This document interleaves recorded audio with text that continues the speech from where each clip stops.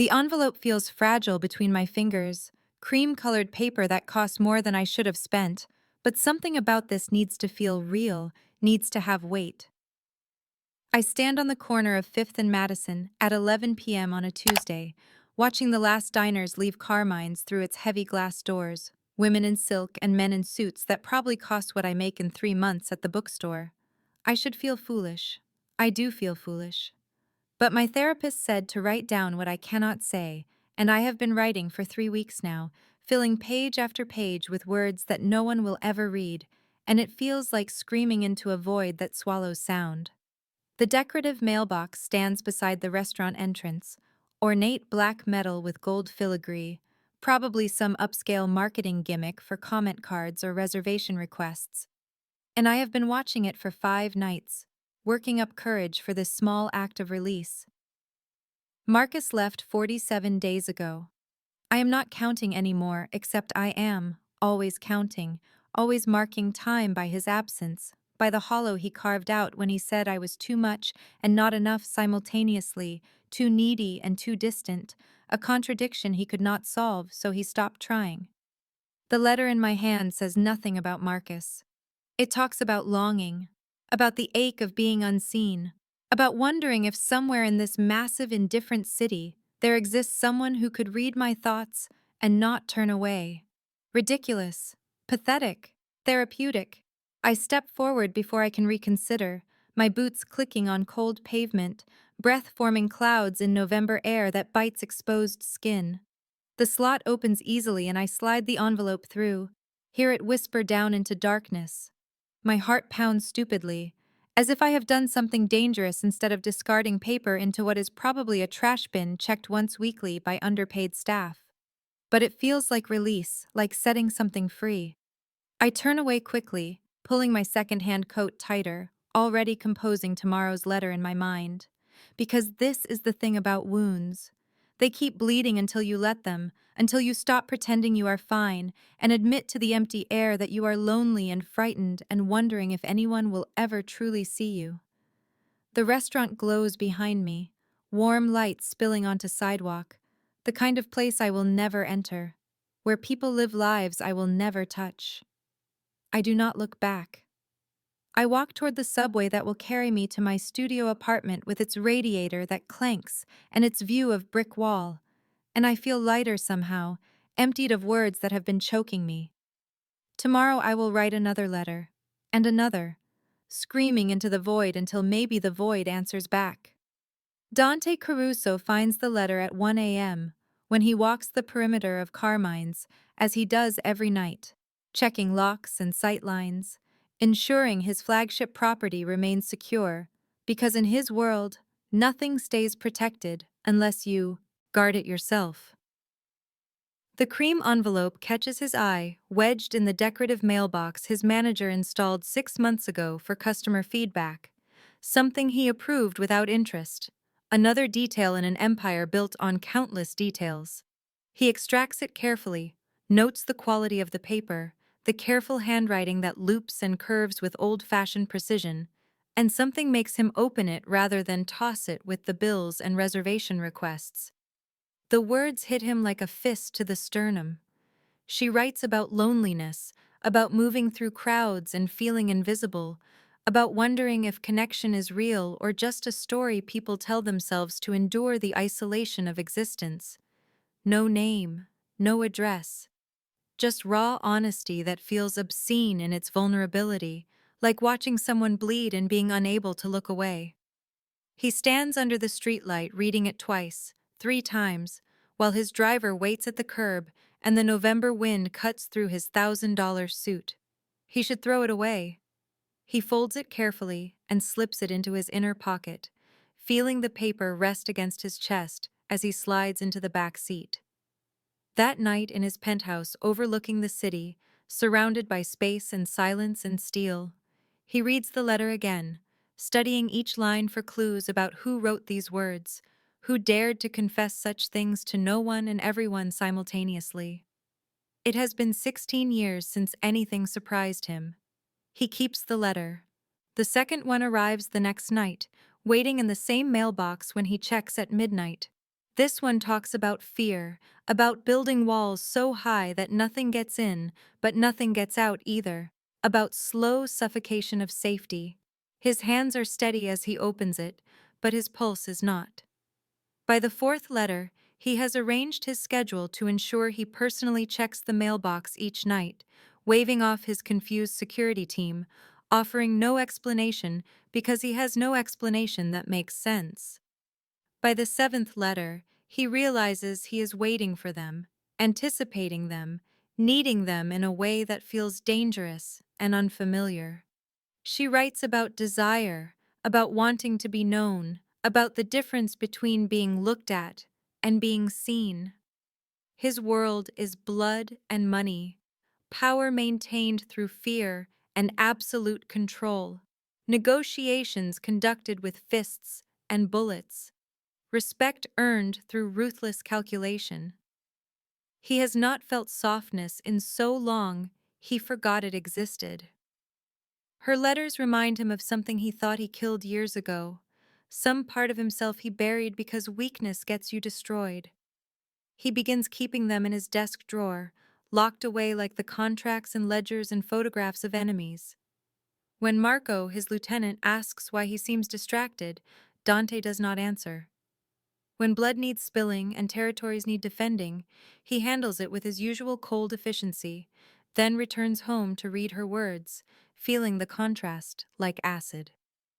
Letter 11 arrives on my cream paper, but the words have changed, grown bolder, more reckless, because something happened between letter 7 and now. A shift inside me where the act of confession stopped being therapy and became necessity, became hunger. I write about desire now, not abstract longing, but specific physical ache, the want to be touched with intention, to have someone's hands learn the geography of my skin like a language they are desperate to speak.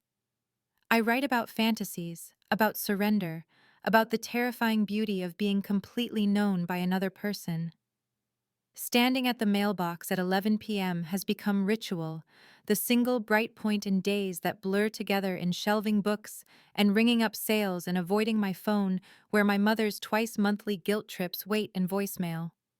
I slide letter 11 through the slot, and for just a moment I let myself imagine someone reads these words. Someone who understands them. Someone who wants the person who writes them. Foolish hope. Sweet poison. I turn to walk away and notice the black sedan parked across the street, engine running, interior dark. My pulse jumps, but I tell myself this is New York. Cars everywhere, meaning nothing. Still, I walk faster toward the subway, glancing back once to see the sedan has not moved. Paranoia, I decide. Too many hours alone with my thoughts.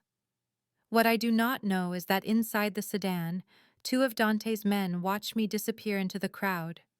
One of them lifting a phone to report that the subject has made her drop, timeline consistent, still no clear facial identification. What I do not know is that Dante has been waiting in his penthouse office, ignoring the meeting with his accountants, watching his phone for confirmation that tonight's letter has arrived so he can leave immediately to retrieve it. What I do not know is that his obsession has become obvious to his inner circle, that Marco has started asking dangerous questions about why the boss suddenly cares about restaurant mail, that this distraction is creating gaps in attention that enemies notice. Dante dismisses the accountants mid-sentence and drives himself to Carmine's, unwilling to wait for his driver, needing to hold the envelope she held minutes ago. He extracts letter 11 and reads it standing under the streetlight, her words about desire and touch igniting something fierce and possessive in his chest. He wants to find her immediately, to tell her he sees her, but he forces discipline, returns to his car, and drives north where his phone is buzzing with the call he has been avoiding. Santoro family. Rivals who have been testing his borders for 6 weeks, pushing into his territory in Brooklyn, undercutting his protection rates, disrespecting the agreements that keep the peace. Marco's voice is tight with controlled anger when Dante finally answers. They hit the warehouse on Prospect, burned 400,000 in merchandise, sent 2 of our guys to the hospital. This is a declaration, boss. We need to respond tonight or we look weak. Dante's hand tightens on the steering wheel, Emma's letter resting on the passenger seat. Her words about kindness and human connection still echoing in his mind while Marco lists targets and body counts. He tastes the familiar bitterness of his reality, the violence that solves all problems in his world, the blood that buys respect. My apartment is a fourth-floor walk-up in Queens, where the radiator clangs all night and the neighbor's television bleeds through walls thin as paper, where I live surrounded by books I have read 3 times each, because new ones cost money, I allocate to electricity and groceries, where the window looks onto a brick wall 8 feet away, and sometimes I stand there wondering if this is all my life will ever be, small and contained and lonely. I earn $1,950 a month at Meridian Books on the Lower East Side, a cramped shop that smells like old paper and the dreams of its owner who believes physical books will outlast the digital apocalypse. And most days I agree with him. Most days I find comfort in the weight and texture of pages, in the way stories let me live other lives, because my own feels like waiting, endless waiting for something to begin.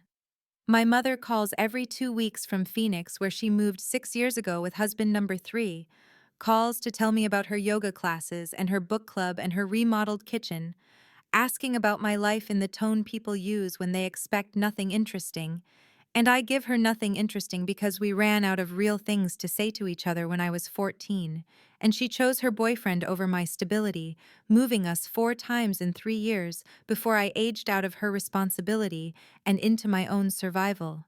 I do not tell her about the letters, about how I started writing them 3 weeks after Daniel left, after he said I was too intense, too needy, too much feeling, and not enough fun, after I realized I had poured myself into another person who found me overwhelming rather than precious. The writing started as purging, as bloodletting, as a way to evacuate the loneliness that was poisoning me from inside.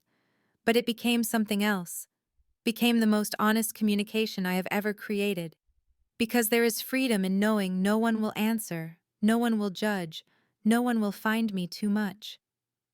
I write letter 14 on a Tuesday night after a shift where I sold 6 books total and spent 7 hours alone with my thoughts. Write about invisibility, about moving through the world unnoticed, about wondering if I matter to anyone, if my absence would create even a ripple in the fabric of anyone's day. I write about wanting to be seen, really seen, not looked at but understood, known in the deep places I keep hidden, because exposure has only ever brought pain. I seal the envelope and walk the 40 minutes to Carmine's, because the subway feels too crowded tonight, and I need the cold air to clear my head, need the movement to quiet the anxiety that hums constant in my chest. I drop the letter in the mailbox at 10:47 p.m. And for just a moment, I let myself imagine kind eyes reading these words.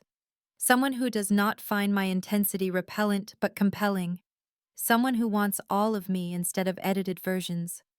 Foolish fantasy, but it keeps me breathing. What I do not know is that those kind eyes exist, that Dante Caruso reads my letter at midnight in his penthouse, reads about invisibility and longing while looking out at a city he controls but cannot connect with, reads my words and feels them like recognition, like coming home. Marco arrives at the penthouse at 9 a.m. with surveillance footage cued on his tablet, his expression carefully neutral in the way that means he has found something significant, and Dante gestures him into the office, where morning light cuts sharp angles across the marble floor, where he has been awake since 4 a.m., rereading letter 14 for the 5th time, her words about invisibility, carved into his memory like scripture. We have positive identification, Marco says, turning the tablet to show grainy footage from 3 nights ago, a camera angle Dante insisted they install across from Carmine's, and there she is, walking into frame at 10:47 p.m., a woman in a dark coat with her hair pulled back, unremarkable to anyone not searching, but Dante's breath catches because even in black and white pixels, he can see something in the way she moves, something careful and self-contained, something that speaks of a person who has learned to take up as little space as possible. Marco taps the screen and the footage zooms, enhances, shows her face for 4 seconds as she lifts her head before dropping the envelope into the mailbox. And Dante memorizes every detail, the delicate bone structure, the sad eyes, the mouth that looks like it has forgotten how to smile.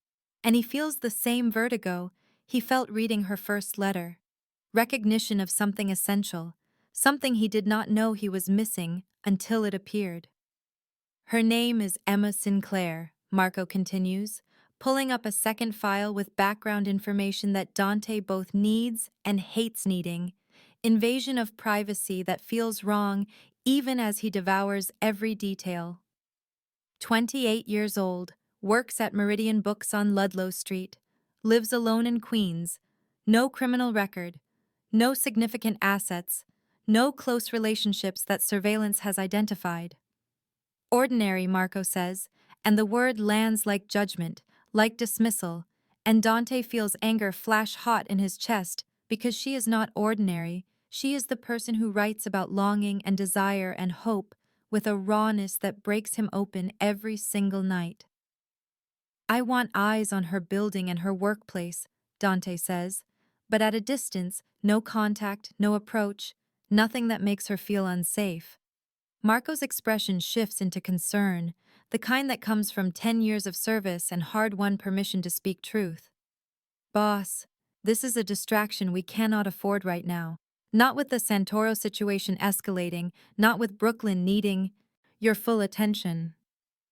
Dante knows this, knows his obsession is dangerous, knows that in his world any weakness becomes a target, but he cannot stop, cannot walk away from the only thing that has felt real in years. Just do it, he says in the voice that ends discussions, and Marco nods and leaves, and Dante is alone with the frozen image of Emma on the tablet screen, her face caught in the moment before she released her letter into his world. That night he drives to Carmine's himself and parks across the street at 10:30 p.m., engine off, watching the mailbox like a sentry, and at 10:51 she appears, walking from the south with her hands in her pockets and her breath fogging in the February cold, and seeing her in person, in movement, in 3 dimensions, hits him with unexpected force. She is smaller than he imagined, more fragile, and the sadness he detected in the footage is even more pronounced in the slope of her shoulders, the way she approaches the mailbox like it is both confession and burden. She slides the envelope through the slot and stands there for a long moment with her hand pressed against the metal. And Dante wonders what she is thinking, what words she has written tonight, whether she still believes no one reads them, or whether some part of her hopes.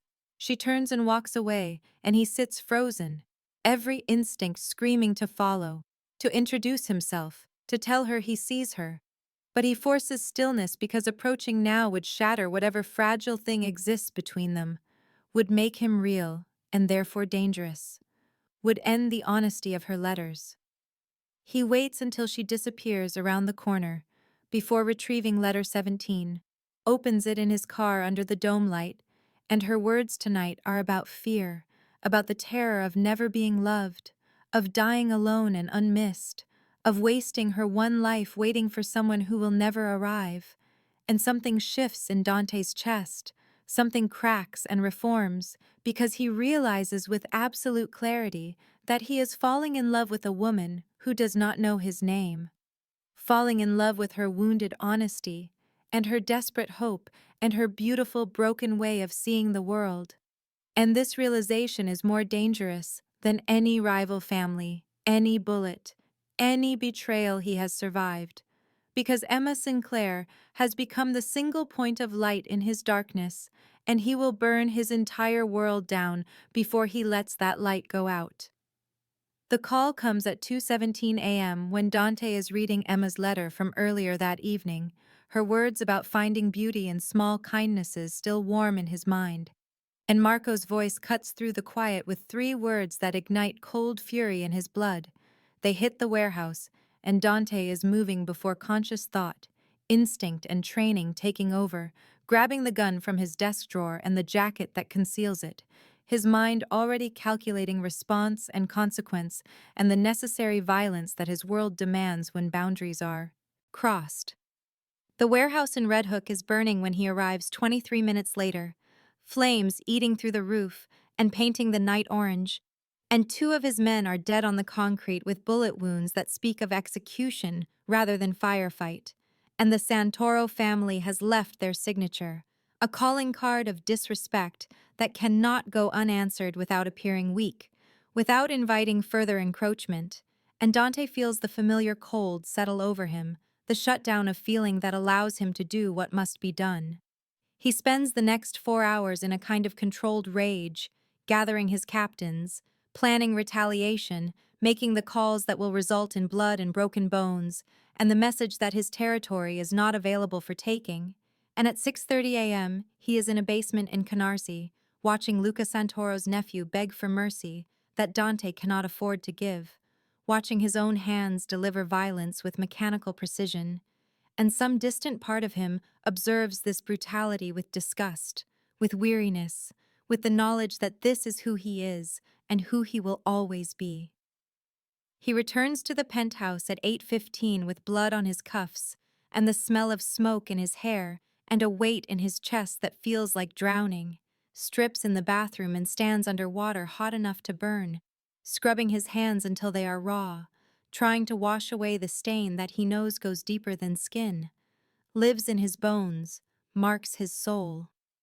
It is 9:40 when he finally sits at his desk in clean clothes with wet hair and hands that still feel contaminated, and he sees the envelope there waiting, letter 18, retrieved from Carmine's by Marco during the night's chaos, and for a long moment Dante stares at it, afraid to open it, afraid that her words will show him too clearly the gulf between her world and his, between her gentle hope and his necessary violence. But he cannot stop himself, breaks the seal with fingers that tremble slightly, unfolds pages covered in her careful handwriting. And she has written about hope tonight, about believing in human goodness, despite evidence to the contrary, about kindness as a radical act, about choosing compassion even when the world encourages hardness, and the contrast between her words and his actions from the past 7 hours breaks something open in his chest, something that feels like grief or longing or the terrible recognition that he is falling in love with a woman whose values indict everything he is, whose innocence highlights his corruption, whose light makes his darkness more visible and more unbearable. And he sits there with her letter in his blood-stained hands, understanding with perfect clarity that Emma Sinclair represents everything good he has forfeited, everything pure. His choices have made impossible, and he wants her anyway, wants her desperately, wants her with a hunger that terrifies him because it feels like the only true thing in his false and violent world. And this wanting, he knows, will destroy them both. Emma notices on a Tuesday afternoon when she walks past Carmine's on her way home from the bookstore, glancing at the ornate mailbox out of habit, seeing it empty the way it always is after she deposits her letters. But this time, something registers differently. A awareness that prickles at the back of her mind. Because she has been leaving letters for 18 days now, and not once has she seen any of them still sitting in the box during daylight hours. And this observation, once made, refuses to be ignored. She lies awake that night staring at her ceiling with her heart doing strange, complicated things in her chest, wondering if someone is reading her words, if a person she will never meet knows her secrets and her longings and her most vulnerable confessions, and the thought should horrify her, should send her running from this ritual she has built. But instead, she feels something else. Something that tastes like exposure and thrill mixed together. The terrifying, exhilarating possibility that she is not invisible after all. That someone somewhere sees her even if she cannot see them. The next letter she writes is different, bolder, and her hands shake as she fills 3 pages with words she would never say aloud. About desire and need and the specific loneliness of lying in an empty bed, imagining phantom touch. About wanting to be wanted with an intensity that frightens her, about dreams she has started having of faceless hands and whispered promises. And when she seals the envelope, she almost cannot bring herself to deliver it, stands in her apartment for 20 minutes, holding it like evidence of a crime, before finally grabbing her coat and walking to Carmine's through the March cold and sliding it into the mailbox with her pulse hammering in her throat. Dante finds letter 21 at 11:30 p.m. and reads it in his car with the engine running and his hands gripping the pages hard enough to wrinkle them. And her words tonight are so raw, so unguarded, so full of aching human want that he has to close his eyes against the surge of feeling that threatens to overwhelm his carefully maintained control. And he wants to go to her immediately, wants to tell her that she is seen and desired, and absolutely not invisible, that he reads every word she writes like scripture, that her loneliness calls to his loneliness across the dark city. But he forces himself to drive home instead, forces himself to add this letter to the locked drawer in his office where he keeps all the others, 20 letters now arranged in chronological order, his most valuable possessions, and he runs his fingers over the stack with something approaching reverence. Marco finds him there at 1:15 a.m., standing at the open drawer like a man at prayer, and his expression shifts into concern that edges toward alarm. "Boss, we need to talk about this," and Dante knows what is coming, knows his obsession has become visible and therefore dangerous. But he does not close the drawer, does not hide the evidence of his weakness.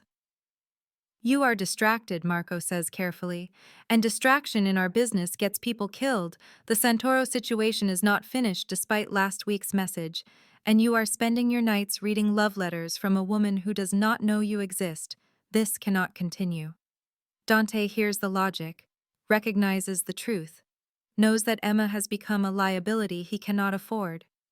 But when he looks at Marco, his voice is cold and absolute. The letters continue. The surveillance continues. Nothing changes. And Marco's face tightens with frustration and worry. But he nods because orders are orders, even when they lead toward destruction, even when they compromise everything, even when they reveal that Dante Caruso has finally found the one thing more powerful than his legendary control, and that thing is a lonely bookstore clerk who writes her heart onto paper and leaves it in a mailbox for ghosts. Dante walks into the bookstore at 2:47 p.m. on a Thursday afternoon, with his heart doing something unfamiliar in his chest, something that might be nervousness if he were a man who allowed himself such weakness. And the bell above the door chimes soft and musical as he enters the cramped space that smells of old paper and dust and something floral he cannot identify. Emma is shelving books in the poetry section with her back to him, wearing jeans and a gray sweater that slips off one shoulder, her dark hair twisted into a messy knot. And Dante stops just inside the doorway, watching her reach for a high shelf, watching the curve of her neck and the unconscious grace of her movements. And he knows 47 things about this woman from surveillance reports and 23 more from her letters, but seeing her here in her element, breathing the same air, steals something from his lungs. She turns at the sound of the bell finally, her eyes finding him across the narrow aisle, and he watches awareness move through her face, the polite smile of customer service, shifting into something more alert, more uncertain, because even civilian women have instincts about dangerous men, and Dante has never been anything but dangerous. "Can I help you find something?" she asks, and her voice is exactly as he imagined from her written words, soft but clear, a little hesitant, and he moves toward her with careful, deliberate steps, keeping space between them, keeping his body language open and unthreatening in ways he has studied. "I am looking for a recommendation," he says, and the lie tastes strange on his tongue because he has not read a book for pleasure in 15 years, has not had time for anything but survival and strategy and the endless calculations of power. "What kind of books do you usually enjoy?" Emma asks, stepping down from her footstool, and he notices she is smaller than he expected, the top of her head reaching barely to his shoulder, and there is a smudge of dust on her cheek, and he fights the urge to brush it away. "Something real," Dante hears himself say, something with truth in it, and her eyes sharpen with interest, the first genuine engagement breaking through her professional distance. She studies him for a long moment, and he wonders what she sees, wonders if his expensive suit and his careful grooming hide the violence underneath, or if she can sense the blood on his hands, despite the 3 days since the Santoro retaliation. Fiction or non-fiction, she asks, moving toward a different shelf, and he follows at a respectful distance, watches her fingers trail across spines with the reverence of someone who loves these objects. Fiction, he says, because he wants to know what stories she values, what narratives she finds meaningful. Emma pulls 5 books from various shelves, stacking them in her arms like children, and she talks about each one with an animation that transforms her face, makes her beautiful in a way the surveillance photos never captured. And Dante listens to her words about love and loss and redemption, and feels each title like an arrow finding marks he did not know were vulnerable. I will take all of them, he says when she finishes, and surprise flickers across her features. All 5, she asks, and he nods, follows her to the register, watches her ring up the sale with fingers that tremble slightly, and he wonders if she feels it too. This strange electricity in the air between them, this recognition that has no logical source. Emma writes letter 24 that night with her hands still trembling from the memory of his voice, the way he looked at her across the bookstore counter with eyes so dark and intense she felt stripped down to her bones. And she fills 4 pages describing the stranger who came into her store, a man whose name she does not know, but whose presence lingered in the air long after the door chimed his exit. And she writes about the expensive cut of his suit and the way he moved like violence contained in elegant packaging, and the strange contradiction of his hands, brutal and scarred but holding her books with unexpected gentleness. She describes the electrical charge she felt when he stood close enough for her to catch his scent, something dark and cedar and entirely male, describes the way her heart hammered when their fingers brushed during the transaction, describes lying awake afterward replaying every word of their brief conversation and wondering if she imagined the weight of his attention, the focus he gave her, like she was the only person in the world worth seeing. She seals the letter at 1:30 a.m. and delivers it at 6:15 a.m. on her way to open the store, and Dante finds it at 10:22 a.m. between meetings about territory disputes and revenue projections, and he reads her words in his car with Marco waiting patiently in the driver's seat. And when he reaches the part where she describes him, describes feeling seen by a stranger in ways the people who know her never manage, something breaks open in his chest. She felt it too, he says aloud, and Marco glances at him in the rearview mirror. With expression caught between concern and resignation, "Boss, you need to step back from this before it becomes a problem we cannot contain." But Dante is already texting his assistant to clear his afternoon schedule, already planning his return to the bookstore, already addicted to the feedback loop of her words about him generating his presence, generating more of her words. He arrives at 2:15 p.m., and she looks up from the register with surprise that shifts into something warmer, something that looks almost like pleasure, and his pulse does something irregular and entirely unprecedented. "You came back," she says, and there is a question in her voice, a tentative hope that makes him want to promise her things he has no business promising. "I finished 2 of the books already," he lies smoothly, "wanted to discuss them with you if you have time." And her face lights with genuine delight that strikes him like a physical blow. She props the door open with a doorstop and flips the sign to back in 15 minutes, and they sit in the cramped back office on mismatched chairs with books stacked in towers around them, and she talks about themes and characters and emotional truth with her hands moving through the air like conducting music, and Dante watches her more than he listens, memorizing the curve of her mouth and the way she tucks hair behind her ear, and the vulnerability in her eyes when she asks what he thought of the ending. He gives answers he constructs from book reviews he read last night in preparation for this exact conversation, and she leans forward engaged and animated, and he realizes with something close to terror that he would burn his entire empire down just to keep her looking at him like this, like he matters, like he is more than the sum of his violence. Marco spots the tail first on Tuesday morning during his routine sweep of the surveillance perimeter. A black sedan with two occupants parked 3 blocks from the bookstore with sightlines on the entrance, and he runs the plates through their police contacts within 20 minutes, and the vehicle comes back registered to a shell company tied to the Vittorio family, and Marco feels cold certainty settle in his gut as he calls Dante with news that will shatter whatever fragile happiness his boss has been building. "We have a problem," Marco says without preamble when Dante answers. "The Vittorios know about the girl," and there is silence on the line for 5 seconds that feel like 5 hours, before Dante speaks in a voice gone flat and deadly. "How long have they been watching?" "Since yesterday at least," Marco replies. "Maybe longer if they were careful. They have photos, boss. I saw the telephoto lens." And Dante disconnects without another word, and Marco knows his boss is already moving through the calculations of damage control and threat assessment and the inevitable violence that comes when enemies identify weakness. Dante sits in his office with his hands pressed flat against the mahogany desk to keep them from shaking with rage at himself, at his carelessness, at the way he allowed his obsession with Emma to blind him to basic operational security, and he sees with terrible clarity the chain of mistakes that led here. The repeated visits to her bookstore, the surveillance teams he posted that created patterns the Vittorios could notice and backtrack.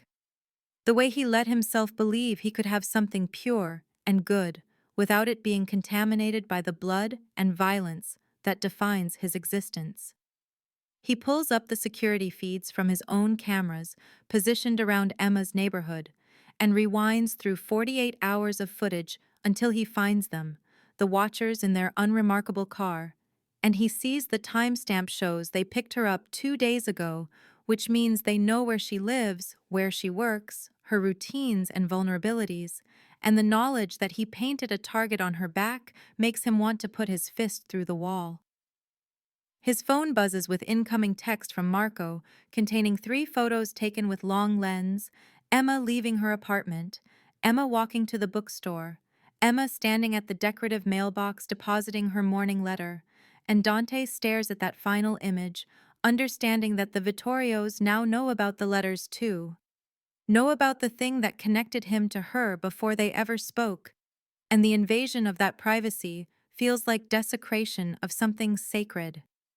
He has 2 choices, and both of them are agony. He can disappear from her life immediately, cease all contact, and hope the Vittorios lose interest in a target that no longer provides leverage, condemn her to confusion and abandonment, but keep her safe through his absence. Or he can stay close, assign protection details, bring her into his world enough to make her understand the danger, and accept that his presence in her life might be the thing that gets her killed. Emma does not write a letter on Wednesday morning, and the absence sits in her chest like a stone, heavy and cold, because she spent Tuesday night lying awake thinking about the stranger with the dangerous eyes, and the way he looked at her in the bookstore, like he could see straight through skin and bone to the secret vulnerable core of her. And somewhere in the sleepless hours, she realized she has been writing love letters to an imaginary recipient while developing feelings for a real man, and the 2 things feel impossibly tangled, like she is betraying one for the other, even though neither knows she exists in the way she wants to exist. She stands at her kitchen counter at 6 a.m. with blank paper and pen, but no words come because what can she write to the unknown reader when her mind is full of the known man? The way his voice sounded like dark honey and smoke, the way his scarred hands held her books with reverence, the way he came back a second time, which means something or means nothing, and she cannot tell which possibility terrifies her more. Thursday morning comes and goes with no letter, and Friday the same, and she feels the loss of her ritual like grief, like she has amputated some essential part of herself, but she cannot find her way back to the honesty those letters required when her heart is confused and conflicted and afraid of wanting something real after so long making do with fantasy. Dante checks the mailbox Wednesday at 10 a.m. and finds it empty, and tells himself she is simply late, checks again at noon and 3 p.m. and 6 p.m., and the emptiness mocks him. And Thursday he sends Marco to verify the mailbox is still functional, that no one has removed it or blocked it, and Marco reports back that everything is intact, which means Emma has stopped writing, and Dante feels panic rise in his throat like bile. He pulls up surveillance footage of her apartment and sees her leave for work at normal time, watches her move through her day at the bookstore, confirms she is physically safe. But the absence of her letters feels like she is disappearing anyway, like he is losing her before he ever really had her. And he realizes with sick clarity that he has become dependent on her words, the way other men become dependent on drugs or alcohol, that she has been his daily fix of something pure in a life built entirely on corruption. Friday afternoon, he makes a decision born of desperation and need, and the terrible fear that his attempt to protect her by staying away has already driven her away permanently, and he texts Marco to find out where Emma takes her lunch breaks, learns she has a favorite coffee shop, 2 blocks from the bookstore. And at 12:30 p.m., he walks through the door of the small cafe, with its mismatched furniture and local art on the walls, and he sees her sitting alone by the window with a sandwich she is not eating and a book she is not reading. She looks up when the door chimes, and her eyes widen when she sees him, and something complicated crosses her face, something that looks like relief and fear in equal measure, and he approaches her table with his heart doing things hearts should not do in men like him. And he asks with careful casualness that costs him everything, "Mind if I join you?" And she hesitates for 3 seconds, that feel like 3 years, before nodding slowly. And he sits across from her in the worn chair and thinks this is either salvation or destruction, and he no longer knows which one he is hoping for. Emma returns to her apartment at 7 p.m. after the coffee shop lunch with Dante, feeling like her skin has been turned inside out, every nerve exposed and raw, because they talked for 90 minutes about books and favorite seasons and childhood dreams, and he listened with an intensity that made her feel like the only person in the world. And she cannot reconcile the warmth spreading through her chest with the fear that she is falling for someone she does not really know. And she drops her keys on the kitchen counter and sees her phone screen glowing with a notification from an unknown number. Her finger hovers over the message for 3 seconds before she opens it, and her entire body goes cold, ice water in her veins, because there on her screen is a photo of herself standing at the decorative mailbox outside the restaurant, her hand reaching toward the slot, the angle and clarity suggesting professional surveillance, and below the image are 11 words that shatter her fragile sense of safety. "Stay away from Dante Caruso or you will regret it." She reads it 4 times, trying to make the words mean something different, her hands shaking so badly the phone nearly slips from her grip, and questions cascade through her mind faster than she can process them. Who took this photo? Who is threatening her? And most terrifying of all, who is Dante Caruso, that someone would warn her away from him with such menace? She sits on her couch in the gathering dark without turning on lights and opens her laptop with trembling fingers, types his name into the search bar, and the results load like a slow-motion car crash, article after article from news sites and crime blogs, and investigative journalism pieces. Alleged organized crime figure. Suspected head of the Caruso family operations. Under investigation for racketeering and extortion. 2 photos accompany the articles, courtroom sketches, and 1 grainy long-distance shot. And it is unmistakably him, the man who bought books from her, who drank coffee with her today, who looked at her like she mattered. The betrayal hits her like a physical blow, doubling her over with nausea, because he deceived her, approached her under false pretenses, and worse, far worse, he must be the one who has been reading her letters. Her most private thoughts poured out to a stranger she imagined as safe and anonymous.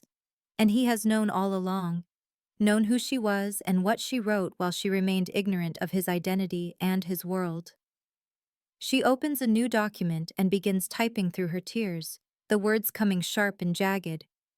"I do not know why you read my letters or what you wanted from me, but I know now who you are, and I cannot do this, cannot be part of whatever game you are playing, and this is my last letter, My final words to you.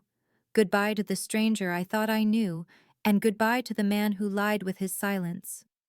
She prints it on the cheap printer that jams twice, folds the paper with shaking hands, and at 9 p.m. she walks the 6 blocks to the mailbox in the dark, with her hood up and fear singing in her blood. And she slides the letter through the slot, knowing it is an ending. And she does not see the black sedan parked across the street or the men inside watching her with predatory patience. Dante retrieves the letter from the mailbox at 10:47 p.m.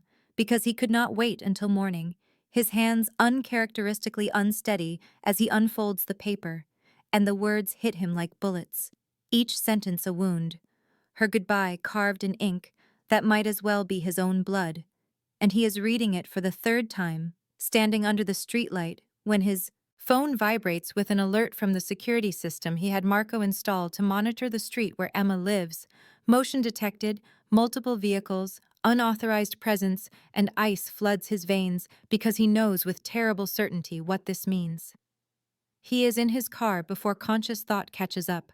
Marco in the passenger seat, materializing from the shadows where he is always waiting, and Dante drives with lethal speed through red lights and empty intersections while Marco makes calls that summon more men, and the 15-minute drive takes 7 minutes and it is still too long.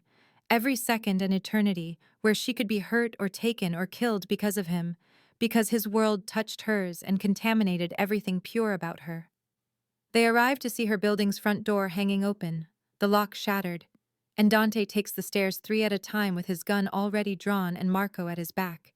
And he hears her scream from inside her apartment, high and terrified, the sound of furniture breaking, male voices rough with violence and anticipation, and something ancient and murderous rises in him, something that has always lived in his chest but never felt like this, never felt righteous.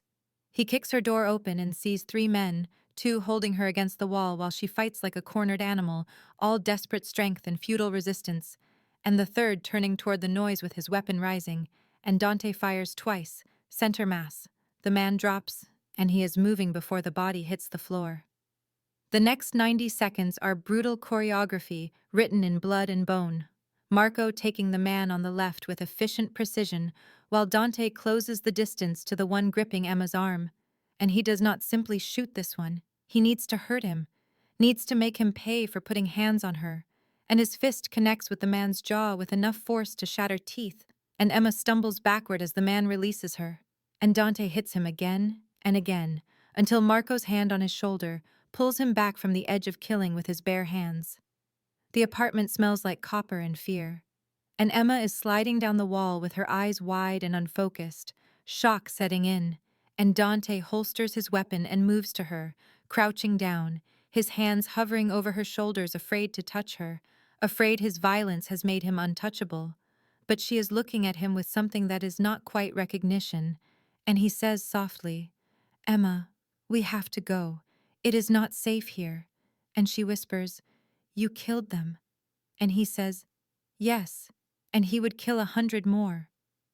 She does not resist when he lifts her, does not speak when he carries her down to the car, and Marco drives while Dante holds her in the back seat and feels her shaking against him like a wounded bird, and she turns her face into his chest and says against the fabric of his shirt, soaked with someone else's blood, "You read my letters, and it is not a question," and he answers into her, to hair, every single one, and she makes a sound that might be a sob or might be a laugh, and he holds her tighter as they drive toward the safe house on the north side where no one will find her, where he can keep her alive even if she hates him for it, even if this is where her goodbye becomes permanent and real. The safe house is all glass and steel and cold luxury perched on a hillside where the city spreads below like scattered diamonds, and Emma sits on a leather sofa that probably costs more than her annual rent, while shock slowly releases its grip on her nervous system, her hands still trembling, her breathing still too quick, and Dante stands across the room near the floor-to-ceiling windows with his back to her, and his shoulders rigid with tension, and the silence between them stretches taut and dangerous until she finally speaks, her voice hoarse from screaming. "You read my letters."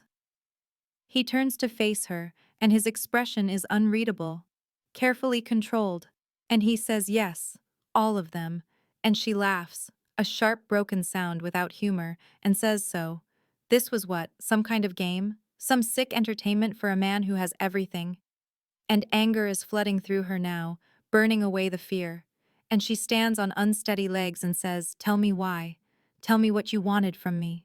He moves closer, but stops when she steps back, maintaining distance. And he says, "I found the first letter 4 months ago. It was in the mailbox outside my restaurant. I own the building, and I read it because I was curious. And then the next day there was another, and another, and I have never in my life read anything so honest, so real, and I kept them. I kept every single one." She shakes her head and wraps her arms around herself and says, "You had no right. Those were private. They were not meant for you." And he says quietly, "I know, and I am sorry, but I am not sorry I read them. I am not sorry I know you." She wants to scream at him, but her throat is tight, and tears are burning behind her eyes, and she says, "You lied to me. You came to my store and pretended to be someone normal, someone safe. And all the while you knew everything about me, and I knew nothing about you except the lies. And do you understand how that feels? How violated? How exposed?" His jaw tightens and he says, "I never lied. I just did not tell you everything." And she laughs again and says that is the same thing, and he says, "No, it is not. I never pretended to feel something I did not feel. Everything between us was real." She thinks of the men in her apartment, the gunshots, the blood spreading across her floor, the efficient, brutal way he broke bones and ended lives to protect her. And she says, "What are you? Who are you really?" And he meets her eyes with an intensity that makes her breath catch and says, "I am the head of the Caruso family. I run operations across 6 states. I do things that would horrify you. I have blood on my hands that will never wash clean. And I also read your letters every night before I sleep because your words are the only beautiful thing in my life, the only pure thing I have ever touched." She sits back down because her legs will not hold her, and she says, "I do not know if I can do this. I do not know what you want from me." And he crouches in front of her, close but not touching, and says, "I want you safe. That is all. You can hate me. You can leave when this is over, but I will keep you alive." Emma wakes on the third morning in the safe house to find Dante already gone. The space where he slept on the sofa in the adjoining room empty, except for a neatly folded blanket. And she has learned his patterns now. How he rises before dawn and makes coffee in the gleaming kitchen and takes calls in Italian that sound like commands. How he leaves her breakfast on the counter with a careful distance that feels like both respect and punishment. And she hates how she listens for his footsteps. How she has memorized the sound of his voice even through closed doors. The safe house is beautiful in a sterile way, all clean lines and expensive furniture that no one really lives in, and she explores it like a museum of his wealth, touching surfaces that are too perfect, staring at abstract art that probably costs more than her life is worth. And in the study she finds his briefcase left open on the desk. Black leather and heavy brass fixtures. And she knows she should not look. But her hands move before her conscience catches up. Inside are files and a laptop, and beneath them a wooden box, cherry wood polished to a soft glow. And when she opens it, her breath stops completely, because inside are her letters, all of them, organized by date with small slips of paper between them, and her hands shake as she lifts the first one and sees his handwriting in the margin, a single word, beautiful, and the next has a question mark beside a sentence where she wrote about fear, and another has a date and a note, the day I saw her, and she realizes he has annotated them like scripture, like every word matters, like her rambling thoughts are something precious worth studying. She sits on the floor with the box in her lap and reads his notes, sees herself reflected through his eyes, and her anger begins to crack, because this is not the collection of a predator. This is the archive of someone who has been lonely for so long. He does not know how to be close to another person, except through stolen words. She finds the letter she wrote about wanting someone to see her truly, to know the parts she hides, and his note beside it says, "I see you," and her throat tightens with something that is not quite forgiveness, but is no longer fury. When Dante returns at midday, he finds her still sitting there surrounded by paper, and he stops in the doorway, his expression unreadable, and she looks up at him and says, "You kept them all." And he says, "Yes." And she says, "You wrote on them." And he says, "I wanted to remember how each one made me feel. I wanted to answer you, even though you could not hear me." And she stands slowly and says, "This is crazy. All of this is completely insane." And he nods and says, "I know." And she says, "I should hate you." And he says, "You should." And she says instead, "I think I am starting to understand you." And something shifts in his face, something vulnerable and raw. And he says, "That is more than I deserve." And she says, "Probably," but she does not look away. Night settles over the safe house like a heavy blanket, and Emma cannot sleep, the silence too thick and her thoughts too loud, so she wanders to the living room in borrowed pajamas that are too big for her, and finds Dante standing at the windows staring at the city lights, a glass of whiskey in his hand, and exhaustion carved into every line of his posture, and when he hears her footsteps he turns and says, "You should rest," and she says, "I cannot. My mind will not stop." And he nods like he understands and gestures to the sofa, and she sits while he pours her a drink she does not ask for, and they sit in opposite corners with space between them that feels both necessary and impossible. And finally she says, "Why did my letters matter so much to you? Really?" And he is quiet for so long. She thinks he will not answer, but then he speaks and his voice is low and stripped of its usual control. He says, "I grew up in a house where love was currency and violence was language. My father ruled with his fists, and my mother died when I was 7. And after that, there was nothing soft left in my world. I learned to hurt before being hurt, to take before being taken from. And by the time I was 20, I had built an empire on fear and blood, and I was completely alone inside it.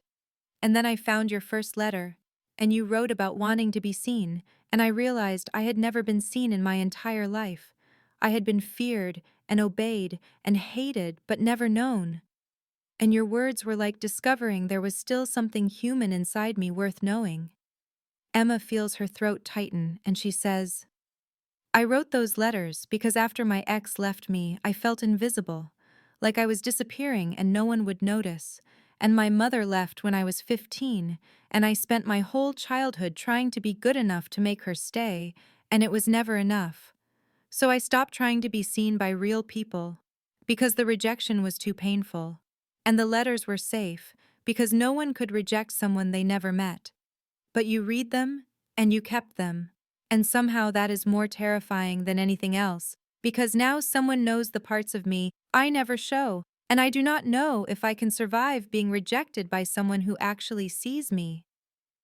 Dante moves closer, not touching, but near enough that she can feel the heat of him, and he says, "I see you, and I am not going anywhere.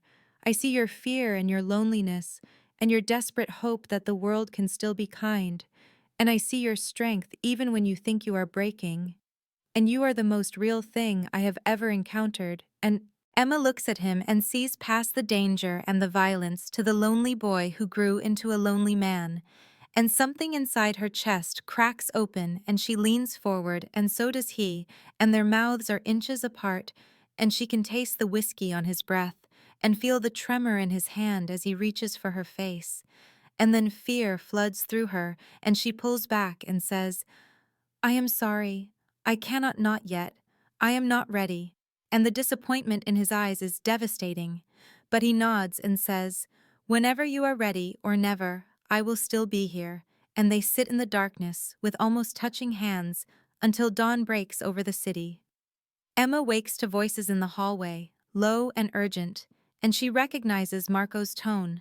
Dante's most trusted lieutenant, the one who looks at her with undisguised suspicion, and she moves silently to the door and presses her ear against it, and hears Marco say the intelligence just came through. Vitale and both his captains will be at the warehouse tomorrow night. This is the opening we need. And Dante's voice is calm and certain when he says, "Prepare the team. Full tactical. I want this finished cleanly." And Marco says how many. And Dante says everyone who was there when they gave the order to take her. No loose ends. No one left to come back for revenge. And Emma's blood turns to ice because she understands what they are planning. Not a negotiation or a threat, but an execution, multiple executions. And she steps back from the door with her heart hammering and her mind spinning because this is the reality of his world. Not abstract danger, but concrete death delivered by his command. She waits until Marco leaves, and then she opens the door and Dante is still standing in the hallway looking at his phone, and he glances up and sees her face, and knows immediately that she heard. And he says nothing, just waits, and Emma says, "You are going to kill them," not a question, but an accusation. And he says yes, and she says how many people, and he says as many as necessary to end this threat permanently. And she feels sick and furious and terrified all at once, and she says there has to be another way. You could negotiate, or go to the police, or... And he cuts her off with a look that is almost pitying and says, "Emma, this is not your world. We do not call police. We do not negotiate with people who tried to kill you. We eliminate threats or we die. There is no other way." She wants to argue, but the certainty in his voice stops her, and she says, "So, you are just going to become a murderer for me." And his expression hardens, and he says, "I became a murderer long before I met you. This is who I am. This is what I do. And I will not apologize for protecting you the only way I know how." And she says, "But you have a choice. Everyone has a choice." And he steps closer, and his eyes are dark and uncompromising. And he says, "My choice is you alive or them alive. I choose you every time. And if that makes me a monster, then I am a monster, and you need to decide right now if you can accept that, because tomorrow night I am going into that warehouse and I am ending this. And when I come back, I will have blood on my hands again, and you will know exactly what I am capable of. And if you cannot live with that, then tell me now." Emma stares at him and sees no regret in his face. No hesitation, only a cold resolve that terrifies her because it is so absolute.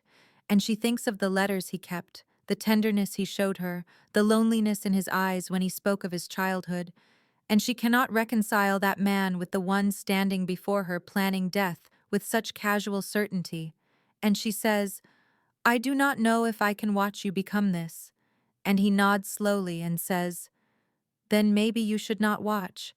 Maybe you should decide if you want me to arrange protection somewhere far from here, where you never have to see what I do to keep you safe." And the ultimatum hangs between them like a blade. Dante leaves at dusk without looking back, and Emma watches from the window as 3 black vehicles pull away from the safe house, carrying him toward violence she cannot stop and does not fully understand. And the guards he leaves behind are polite, but distant, positioned at doors and monitors. And she feels like a prisoner in this beautiful space filled with leather and steel and silence. She tries to read, but the words blur together. She tries to watch television, but every sound makes her jump, and the hours stretch impossibly long as night deepens and her imagination conjures 1,000 terrible scenarios. Dante bleeding out on concrete, Dante with cold eyes pulling a trigger, Dante becoming something she cannot love, and she paces the length of the living room until one of the guards quietly suggests she try to rest, and she wants to scream at him that rest is impossible when the man she is terrified to admit she loves is out there doing monstrous things to keep her safe.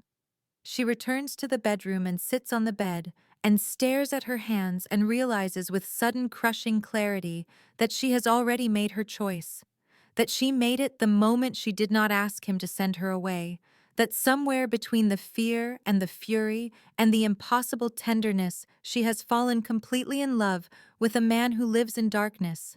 And the truth of it terrifies her more than any threat, because loving him means accepting all of him, the violence and the gentleness, the monster and the man. And she does not know if she is strong enough, but she knows she cannot walk away. She finds paper in the desk drawer, expensive stationery that probably costs more than her weekly salary, and she begins to write the way she used to write to no one. But this time she writes to him. She writes, I do not know when it happened, but somewhere between your secrets and your honesty, I fell in love with you. And I am terrified, because I do not know how to love someone who lives the way you do, but I also do not know how to stop, and I keep thinking about what you said about choosing me, and I realize I am choosing you too. I am choosing you even though it scares me, even though I do not understand your world, even though I know you will do terrible things and come home with blood on your hands. I choose you because underneath everything, you are the loneliest person I have ever met, and you saw me when I was invisible, and you kept my words like they mattered, and maybe that is enough to build something on. Maybe love is just choosing someone every day, even when it is hard, especially when it is hard, and I need you to come home because I need to tell you this, to your face. She folds the letter and places it on the pillow beside her, and lies down fully clothed because she cannot bear to be vulnerable in sleep, and she must drift off, despite her intentions, because she wakes to the sound of the front door and heavy footsteps, and she bolts upright with her heart in her throat, and runs to the hallway, and sees him, Dante, alive, standing in the entryway with blood on his shirt, and exhaustion carved into every line of his face, and their eyes meet across the distance, and he says it is over. And she does not ask about the blood or the bodies, or what he did.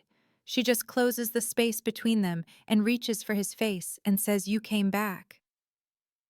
Dante stands in the hallway looking down at her with eyes that hold exhaustion and something else, something raw and unguarded, and he lifts one blood-stained hand to cover hers where it rests against his jaw, and he says, You should be asleep. And Emma says, I could not sleep until you came home. And the admission hangs between them, weighted with everything she has not yet said, and he studies her face with an intensity that makes her breath catch, and he says, I need to shower. I need to wash this off before. And she nods and releases him, and watches him disappear into the bathroom, and hears the water start. And she returns to the bedroom, and sits on the edge of the bed and stares at the letter on the pillow, and wonders if she has the courage to let him read it, or if she should hide it away and pretend she never wrote those words. She is still deciding when he emerges 20 minutes later, wearing clean clothes with his dark hair damp and his face drawn with a fatigue that goes deeper than physical tiredness, and his eyes go immediately to the folded paper on the pillow, and he says, What is that? And Emma's heart hammers against her ribs, and she says something I wrote while you were gone, and he moves closer and picks up the letter and looks at her with a question in his eyes, and she nods permission, even though terror floods through her, and she watches his face as he unfolds the paper and begins to read, watches his expression shift from cautious curiosity to something that looks like pain and wonder combined. And when he finishes, he does not look up immediately, just stands there, holding her words in hands that she knows took lives tonight, and the silence stretches so long she thinks she might shatter from the tension. Finally, he raises his eyes to hers, and she sees they are bright with unshed tears, and he says, You cannot love me. His voice rough and broken, and she says, But I do. And he shakes his head and says, Emma, you do not understand what I did tonight, the things I am capable of. You cannot love someone like me. And she stands and closes the distance between them and says, I am not asking for your permission. I am telling you what is already true. And he says, I am giving you a choice right now. I will put you somewhere safe with enough money to start over. You will never have to see me again. You will never have to live in fear or compromise who you are. I will guarantee your safety, and you can walk away and forget this ever happened. The offer lands like a blow, and Emma feels tears burn her eyes, and she says, Is that what you want? For me to leave? And his jaw tightens and he says, What I want does not matter. What matters is giving you the choice I took away when I pulled you into my world. And she says, You did not pull me anywhere. I chose to write those letters. I chose to fall for you, and I am choosing to stay. And his control fractures and he says, You do not know what you are choosing. And she takes the letter from his hands and says, Then show me. Help me understand. Let me stay long enough to see your world clearly and decide with open eyes. But do not send me away because you think you are protecting me from yourself. And something in his expression cracks wide open, and he pulls her against him with desperate urgency and buries his face in her hair, and she feels his whole body shaking. Dante holds her through the trembling until his breathing steadies, and then he pulls back just enough to look at her face, and he says, I will show you everything. But you have to promise me something. Promise me that when you have seen it all, you will tell me the truth about whether you can live with it. And Emma nods and says, I promise. And he says, I mean it. Emma, I do not want you to stay because you feel trapped or obligated, or because you think you can change me. I need you to see who I am and what I do, and decide if that is something you can accept. And she says, I understand, and something in her steady gaze must convince him, because he releases her and runs a hand through his damp hair and says, we start tomorrow, get some sleep. And she wants to argue that she could not possibly sleep now, but exhaustion crashes over her like a wave, and she realizes the adrenaline that has sustained her is gone. And he must see it in her face, because he guides her back to the bedroom and says, I will be in the next room if you need anything. And she catches his wrist and says, stay, just until I fall asleep. And he hesitates only a moment before nodding and sitting in the chair near the window while she climbs into bed. And she falls asleep watching his silhouette against the glass and wondering what tomorrow will bring. Morning arrives with pale light and the smell of coffee, and Emma wakes alone. But she finds Dante in the kitchen already dressed in a dark suit that probably costs more than her monthly rent, and he hands her a cup and says, drink this. We have a long day ahead, and 30 minutes later, she is in one of the black vehicles riding through the city to destinations unknown, while Dante makes calls in Italian, and she watches the streets blur past and tries not to let fear overwhelm her curiosity. Their first stop is a warehouse in an industrial area, and Emma tenses when she sees the guards. But Dante takes her hand and says, these men work for me. You are safe here. And he leads her inside where she sees rows of shelving and workers moving boxes, and everything looks almost legitimate until she notices the way everyone defers to Dante with a respect that borders on fear, and she realizes this is the infrastructure of his empire, the mundane machinery that supports the violence. He shows her the security systems and the inventory logs and explains that this facility handles imports, and half of what moves through here is legal and taxed, and the other half is not. And he does not apologize or justify, just states facts and watches her face for judgment. And Emma asks what is in the illegal shipments, and he says mostly liquor and cigarettes, some pharmaceuticals, nothing that will get anyone killed. And she nods slowly, and he says, I have rules, Emma. No drugs that destroy lives, no human trafficking, no harm to civilians who are not in the game. I know that does not make me good, but it means I have lines I will not cross. Their next stop is a restaurant in Little Italy, where an older woman embraces Dante and kisses both his cheeks and calls him Il mio ragazzo, and introduces Emma as La Bella Ragazza, and serves them pasta that tastes like heaven. And Emma learns that Dante owns this place too, and that the woman's grandson got into trouble with a loan shark 3 years ago, and Dante made the debt disappear. And she sees the genuine affection in the woman's eyes and realizes that protection means something different here. That Dante is not just feared, but valued by people who depend on him. They spend the rest of the day visiting more locations and meeting more people, and with each stop, Emma sees new layers of the world Dante inhabits, a world of loyalty and violence and codes she is only beginning to understand, and by the time they return to the penthouse as the sun sets, she feels overwhelmed by information and emotion and the weight of the choice she is making. Dante pours them both whiskey, and they stand at the windows overlooking the city lights, and he says, you have seen enough for today. Tomorrow I will show you more if you still want to know. And Emma turns to look at him in profile against the darkening sky, and she realizes that somewhere during this impossible day, her fear has transformed into something else entirely, something that makes her pulse race and her skin feel too tight, and she says, Dante. And he turns to face her, and whatever he sees in her expression makes his eyes darken and his body go very still. She closes the distance between them in 3 steps and rises on her toes and kisses him before courage can fail her. Kisses him with all the confusion and desire and desperate need that has been building since the moment he carried her out of her apartment. And for one terrible second, he does not respond, and she thinks she has made a catastrophic mistake. But then his control shatters, and he is kissing her back with a hunger that steals her breath, one hand fisting in her hair, and the other gripping her waist and pulling her against him, and the glass tumbler falls from her hand to the floor unnoticed. The kiss is nothing like the gentle, almost kiss in the safe house. This is raw and demanding and edged with something almost violent. And Emma feels heat flood through her body and pooling low in her belly, and she makes a sound against his mouth that is part surrender, part plea, and Dante tears his lips from hers and says, Emma, we should not. You are not thinking clearly. And she says, I am thinking more clearly than I ever have.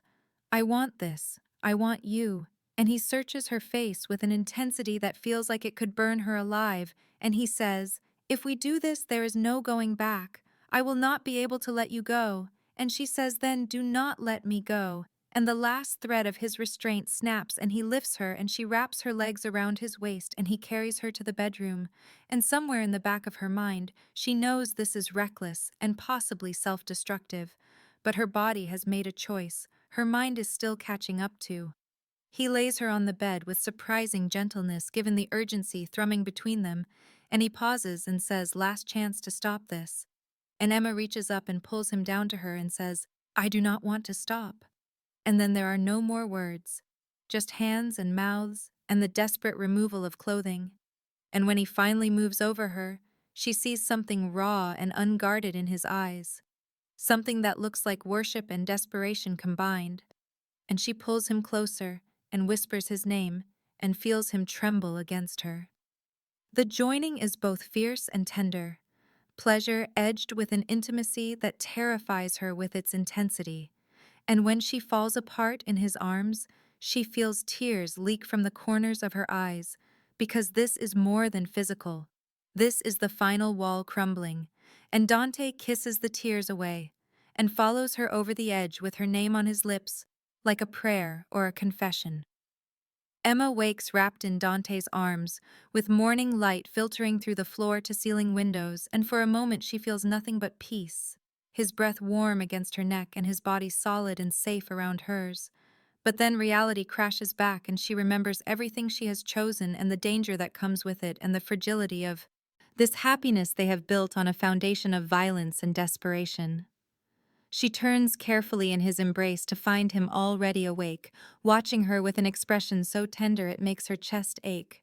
And he says good morning, in that low voice that sends shivers down her spine, and she says good morning back, and kisses him softly, meaning it to be gentle, but it deepens quickly into something heated until his phone buzzes harshly on the nightstand and shatters the moment. Dante goes very still, and then reaches for the phone with the hand not holding Emma. And she sees his expression change as he reads the screen, all the softness draining away and being replaced by something cold and lethal. And he says, get dressed now. And the command in his voice makes her stiffen, but she also hears the fear underneath it, and that terrifies her more than anything. She scrambles out of bed, grabbing clothes while Dante makes rapid calls in Italian, his voice clipped and furious. And when he ends the third call, he turns to her and says, Marco Rossi's lieutenant survived the takedown 2 weeks ago. He has been in hiding, and my sources say he is coming for you, for revenge. And Emma feels ice flood her veins, and she says, how does he even know about me? And Dante's jaw tightens and he says, because I have been careless, because I have been so focused on you that I missed the signs, because I let my guard down. Within 10 minutes, the penthouse is swarming with Dante's men, hard-faced soldiers who move with lethal efficiency, checking exits and setting up security perimeters. And Dante tells her to pack a bag, because they are moving her to a secure location immediately. And something in Emma snaps at the way he issues orders without consulting her, as though she is a piece of property to be relocated. She says no, and the room goes silent, and every man turns to look at her. And Dante stares at her, like she has lost her mind, and says, "What did you say?" And Emma lifts her chin and says, "I said no. I am not running and hiding again. I am tired of being the helpless victim everyone has to protect." And Dante crosses to her in 3 long strides and grips her shoulders and says, "Emma, this is not a discussion. There is a professional killer who wants you dead to hurt me, and I will not take chances with your life." And she says, "Then, do not take chances, but also do not lock me away like I am something breakable. I want to help. I want to be part of finding this threat and ending it." Dante's hands tighten on her shoulders, and she sees fury and fear warring in his eyes, and he says, "You do not understand what you are asking. This is not your world. You are not trained for this." And Emma says, "Then train me. Show me, include me. Because if I am going to be with you, I need to be your partner, not your possession." And the words hang in the air between them like a challenge, and she sees the moment he recognizes that this is about more than just immediate danger. This is about the entire foundation of what they are building together. Dante stares at Emma for a long moment, and she sees the battle playing out behind his eyes, the instinct to protect her warring with the recognition that she is right. And finally he releases her shoulders and turns away and runs a hand through his hair and says, "Fine. You want to help? Then help. Tell me what you know about tracking someone who does not want to be found." And Emma feels a flash of frustration because he is testing her, challenging her to prove she has anything to offer. But she also understands that this is how he survives in his world, by trusting only competence and results. She says, "I know how to research. I know how to find patterns in information. I spent 4 years in college learning how to analyze texts and contexts, and people are not so different from stories. They leave traces and clues whether they mean to or not." And Dante turns back to her with something that might be respect flickering in his expression, and he says, "All right, come with me." He leads her to a room she has never entered before, a study lined with monitors and filing cabinets, and a large table covered with photographs and documents. And 3 of his men are already there, including Luca, who looks at Emma with undisguised surprise when she walks in beside Dante, and Dante says, "Emma is going to help us find Rossi's lieutenant, give her everything we have." And she sees the glances exchanged between the men, the skepticism and concern, but no one argues with Dante's order. For the next 2 hours, Emma immerses herself in the information, police reports and surveillance photos and intercepted communications and financial records. And at first it is overwhelming, a glimpse into the machinery of violence and counter-violence that keeps Dante's world turning. But she forces herself to focus, looking for the patterns she promised, and slowly something begins to emerge. She notices that the lieutenant, a man named Vito Greco, has been using a series of burner phones, but the calls always originate from locations within a 5-block radius in the old industrial district. And she points this out to Luca, who pulls up a map and marks the locations and says she is right. There is a pattern. He must have a base in that area.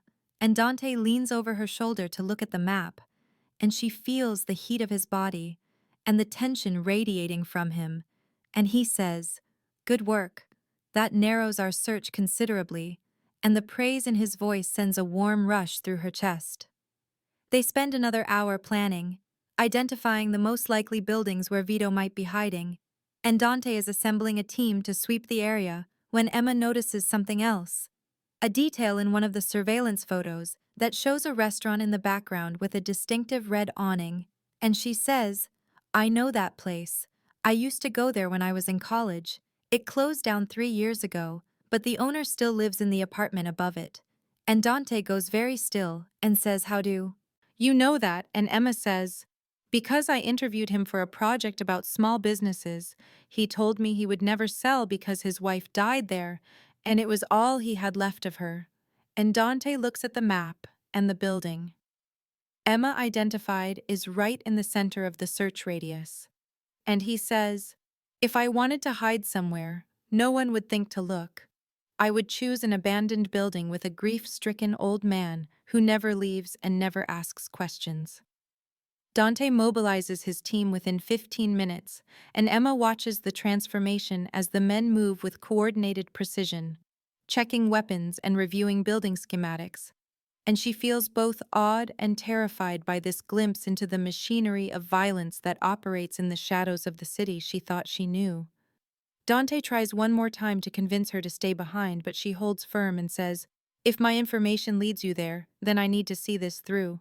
And finally he agrees, but only if she stays in the vehicle with 2 guards until the building is secured. And she accepts this compromise, understanding that she has proven her value, but not her ability to survive a firefight.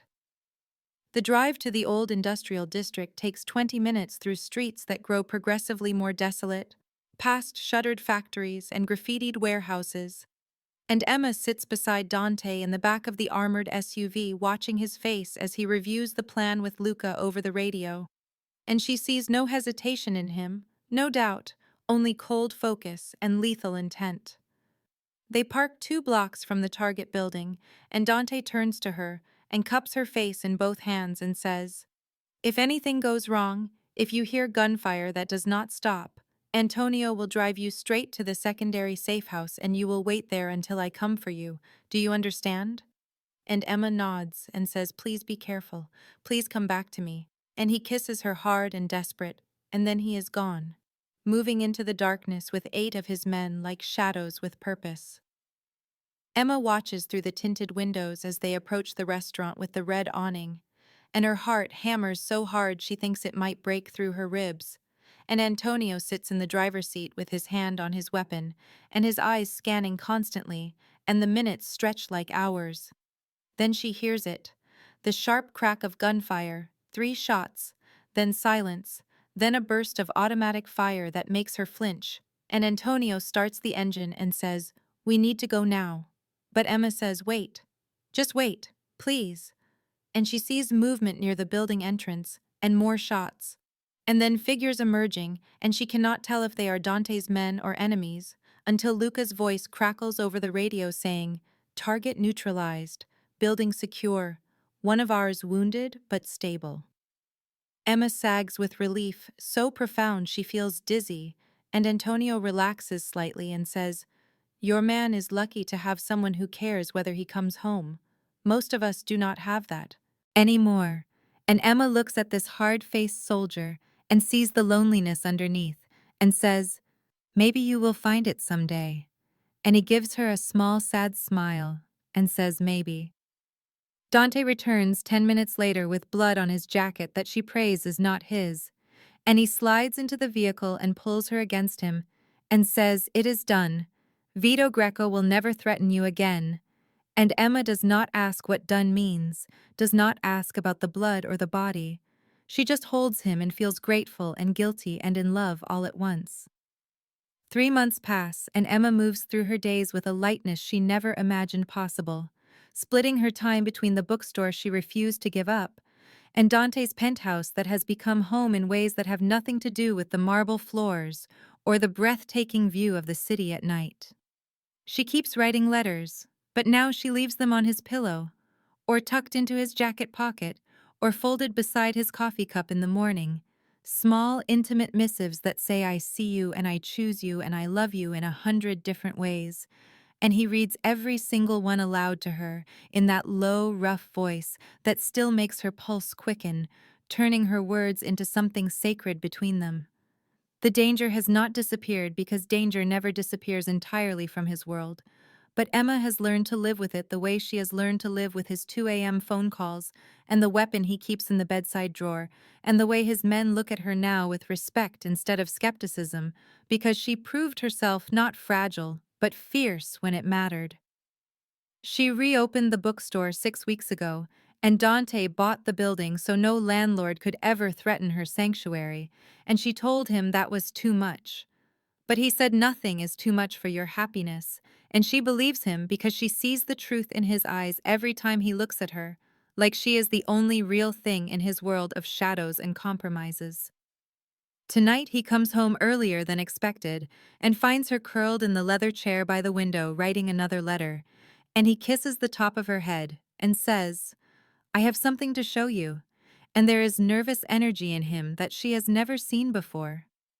He takes her hand and leads her to a part of the penthouse she has never entered, a reinforced door that requires both a key and a code. And when it opens, she sees a climate-controlled room lined with archival boxes, each one labeled with dates, and her breath catches because she understands immediately what this is. Dante says every letter you ever wrote, every word you left in that mailbox before you knew I existed, I kept them all. I built this vault to preserve them because they saved me before I ever met you. They reminded me I was still human underneath everything else. Emma walks along the rows of boxes and sees months of her loneliness and longing preserved like museum pieces, physical proof that her words mattered, that she mattered, and tears blur her vision as she turns to him and says, "You kept them all, every single one." And he says, "I will keep every letter you ever write for the rest of our lives, because you gave me something I thought I would never have. You gave me hope and truth and love without conditions." She kisses him then, pouring everything she feels into the press of her mouth against his. And when they finally break apart, she says, "I need to write one more." And he hands her the pen he keeps in his pocket and a piece of paper, and she writes in the vault, surrounded by the evidence of their strange beginning. This is not the ending, but the beginning. This is not the last letter, but the first of forever. This is me choosing you every day for all the days we have left. He reads it aloud as he always does, and his voice breaks on the final words, and Emma knows that whatever comes next, they will face it together. Two lonely people who found each other through words in a mailbox and built something real from ink and danger and improbable love.